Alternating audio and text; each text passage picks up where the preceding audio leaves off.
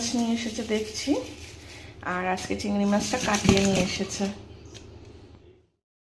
কেমন আছো তোমরা সবাই? আশা করি সবাই তোমরা ভালো আছো।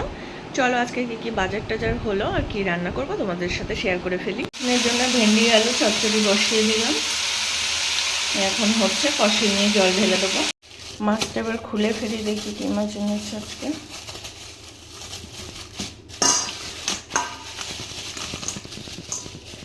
চিংড়ি মাছ নিয়ে এসেছে দেখছি, আর আজকে চিংড়ি মাছটা কাটিয়ে নিয়ে এসেছে। এই যে চিংড়ি, এখন দেখি নোংরাগুলো সব ক্লিন করে ফেলি। আর বাঁধাকপি দিয়ে খাবে বলছে, বাঁধাকপিও কাটতে হবে। ওর বাবা খাবে নিরামিষ আর আমরা খাবো আমিষ, ওই জন্য আর কোনো মাছ আনা হয়নি। আজকে এই চিংড়ি মাছ দিয়ে বাঁধাকপি দিয়ে করব, আবার নিরামিষ তরকারিও করতে হবে আমাদেরকে, কেননা ওর বাবা নিরামিষ খাবে আর আমি আর ছেলে আমিষ খাবো। বাজার করেছে, এই যে চিচিঙ্গা এনেছে কটা ভাজা খাওয়ার জন্য, বড় বড় কচি কচি চিচিঙ্গা। নামিয়ে দেখি, এই যে আরও দুটো, বাবা কতগুলো নিয়ে এসছে চিচিঙ্গা, ভাজা খাবে তাই। এই যে চিচিঙ্গা এনেছে, এদিকে এনেছে বড় একটা বাঁধাকপি, এই তুলি, এই বিশাল বড় একটা বাঁধাকপি এনেছে।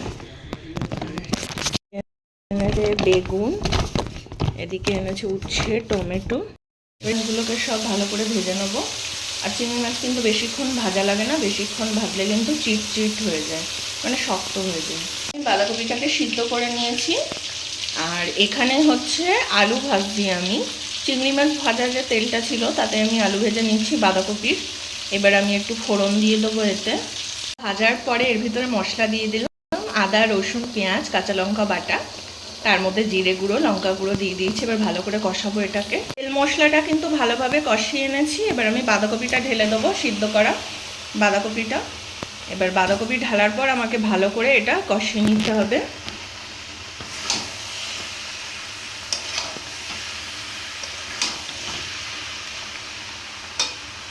বাঁধাকপির মধ্যে এবার আমি চিংড়ি মাছগুলোকে দিয়ে দেবো। আর আজকে আমি টমেটো দিইনি, বাঁধাকপিতে ছেলে পছন্দ করে না, কিন্তু লাস্টে একটু ধনেপাতা দেবো কেটে।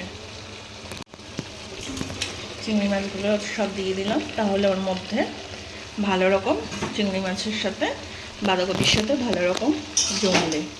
একটু জল জল আছে তো, এই জল জল থাকা অবস্থায় চিংড়ি মাছটা দিতে হয়।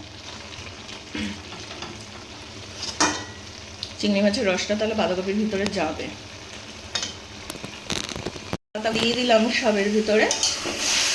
এবার ভালো করে এটাকে নেড়ে চেড়ে কষিয়ে নিলেই হয়ে যাবে।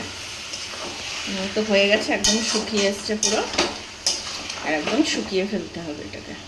এই যে ডাল করেছি ধনে পাতা দিয়ে আর টমেটো দিয়ে, মুগ ডাল, এটা কিন্তু নিরামিষ পুরো।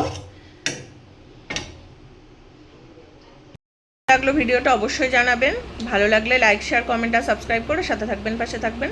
আরও নতুন নতুন ভিডিও নিয়ে চলে আসবো আপনাদের সাথে দেখা করতে। টাটা।